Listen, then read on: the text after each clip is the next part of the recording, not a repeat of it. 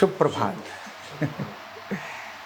कैसे एक रत्नाकर महर्षि वाल्मीकि बन जाता है और क्यों रत्नाकर महर्षि वाल्मीकि बना, और हमारे में और रत्नाकर में क्या अंतर है, और क्या हम भी उस प्रकार की दिशा में जा सकते हैं? तो बिल्कुल जा सकते हैं। रत्नाकर की कहानी हमको पता ही है कि एक ऐसा भील जो जंगलों में रहता था और वो लोगों को लूटना ही उसका रोज का काम था, और लूटने में अगर कोई प्रतिक्रिया करता था तो उसको वो मार देता था और मार करके उसको लूट कर ले आता था,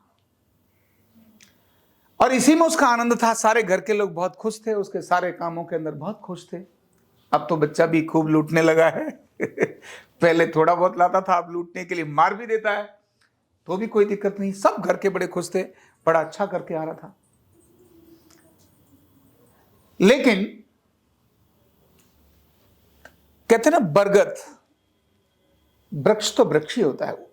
हर व्यक्ति के अंदर वो संभावनाएं होती हैं, केवल जगाने की आवश्यकता होती है। अभी तक वो रत्नाकर मैं और मेरे परिवार की तरफ ही लगा हुआ था। लोगों को कितना भी कष्ट मिले, लेकिन मैं और मेरा परिवार सुखी और आनंदित रहना चाहिए। जब तक उसके मन में यह भाव था, तब तक रत्नाकर दूसरों को मारने और काटने और लूटने पर ही लगा रहा। लेकिन एक दिन भगवान की कृपा, क्योंकि बिना उसके तो कुछ होता नहीं, संभव ही नहीं होता, ब्रह्मा जी ने नारद जी को बुलाया। और क्योंकि नारद जी खुद होकर इस चीज को देख रहे थे कि ये देखो, नारायण का नाम जपने वाले व्यक्ति को भी इसने मार दिया। वो नारायण का नाम जप के जा रहे हैं और उनके ऊपर कुछ उनके पास गहने हैं, थोड़ा कुछ और चीज है, मतलब अच्छे हैं, सज्जन हैं, पर क्योंकि उनके पास गहने हैं उनकी पत्नी के पास, उन्होंने उनको भी लूटकर मार दिया। तो नारद जी को यह बात जब समझ में आई तो ब्रह्मा जी ने कहा तुम जाओ। तो ऐसे नारद जी उनको कहने लगे, प्रभु वो तो मार काट कर देता है, मुझे भी उड़ा देगा, मेरा भी बचेगा नहीं। बोले नहीं, तुम जाओ। और नारद जी जब उनके पास आए, उनको भी उन्होंने लूटने का प्रयास किया, रोका। तो नारद जी ने कहा कि भाई तुम ये जो लूटपाट करते हो, ये जो तुम अत्याचार अनाचार करते हो, ये किसके लिए करते हो? बोले इससे मेरा परिवार खुश रहता है, मेरे परिवार को बहुत आनंद मिलता है, इसीलिए मैं लूट कर जा रहा हूं और मैं एक से एक बड़ी चीज लूट कर लेके जाता हूं। उन्होंने कहा तुमने कितने परिवारों को अभी तक मार दिया? बोले सैकड़ों परिवारों को मैंने मार दिया। बोले तुमने अपने परिवार के लिए सैकड़ों परिवार को मार दिया? बोले हाँ, इससे होता क्या है भाई, मेरा परिवार तो खुश है ना, दूसरा मरा तो मरे, क्या दिक्कत है भाई, मेरी पत्नी खुश है, मेरे पिता खुश है, मेरी मम्मी खुश है, बस खुश है ना। तो उन्होंने कहा कि ये जो तू लूट करता है, क्या इस लूट में वो जो भागीदार हैं, क्या इससे मिलने वाले पाप पे भी वो भागीदार होंगे? बोले हम क्यों नहीं होंगे, जरूर होंगे। बोले पूछ कर आओ।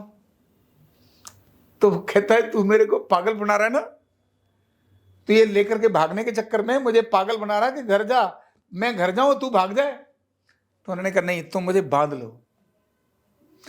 और उसके पास जो रस्सी थी रत्नाकर के पास, उसने नारद जी को एक पेड़ से बांध दिया। उसे लगा कि ये बंदा बात तो सही कह रहा है। उसने बोला तुम बात तो सही कह रहे हो, पर मुझे एक बात से भरोसा नहीं हो रहा, तुमने कहा कि मैं तुम्हारे को और भी बहुत कुछ दे सकता हूं,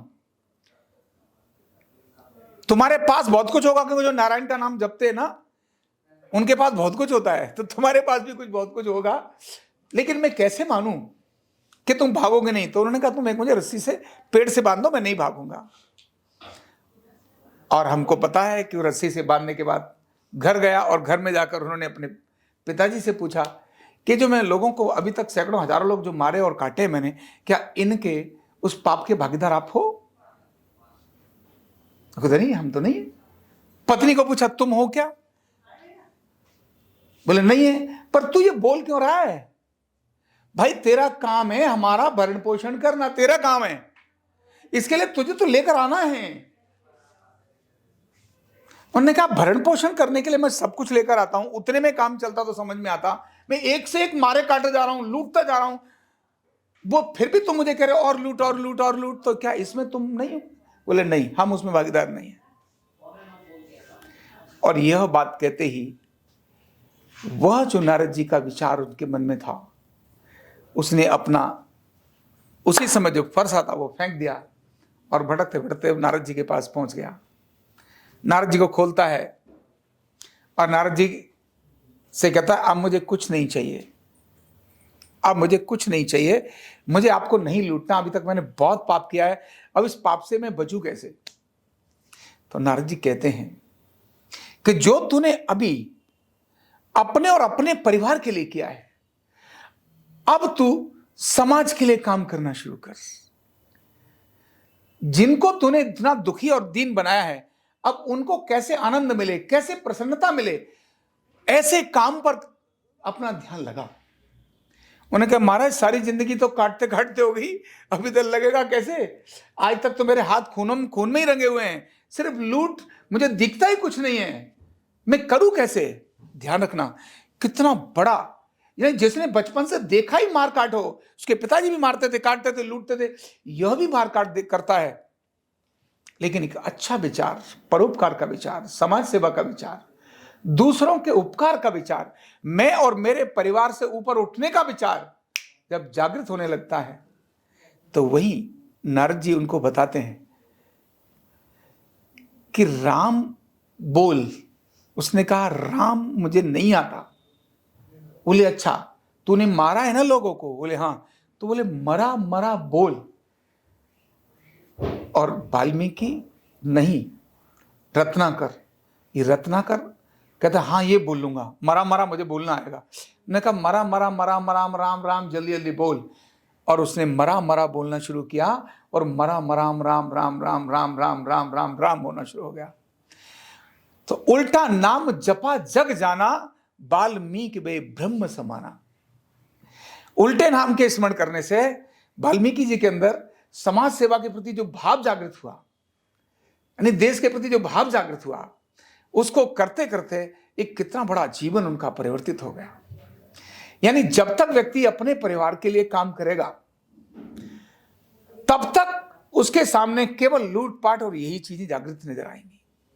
जैसे ही उसके जीवन में समाज और देश उसकी प्राथमिकता पर आ जाएगा, तो निश्चित ही वो ऐसा होता चला जाएगा। और वाल्मीकि के साथ ऐसा ही हुआ। वह अद्भुत काम जो रत्नाकर था उसके द्वारा घट गया। कैसा? अभी राम पैदा भी नहीं हुए थे, राम ने जन्म भी नहीं लिया था, लेकिन राम की कहानी हमको पता है। राम के जन्म से पहले वाल्मीकि रामायण लिखी गई थी। आपको अगर ध्यान हो तो राम के जन्म से पहले वाल्मीकि रामायण लिखी, और वो लिखी किसने? एक डाकू ने। तो जब भी हम अपने से ऊपर उठकर काम करने लगते हैं, जब भी हम अपने से उठकर देश और समाज के लिए काम करने लगते हैं, तो वो अद्भुत चीजें, अद्भुत घटनाएं हमारे अंदर घटने ही लगती हैं। ये भगवान की कृपा भी है, और यही एक व्यक्ति के परिवर्तन का बहुत बड़ा कारण भी बनती है। तो जब भी अपने से उठकर समाज की तरफ जागृत होते हैं, तो न केवल हमारे लिए एक शुभ होता है, इवन हमारे द्वारा समाज के लिए भी बहुत बड़ा शुभ होता है। बहुत बहुत धन्यवाद।